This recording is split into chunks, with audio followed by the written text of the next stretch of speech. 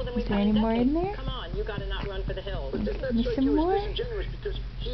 I don't know. Of the Democratic Party. Well, then he's got to act that way from now on. Cut off from them. And the whole administration seems to be on an island.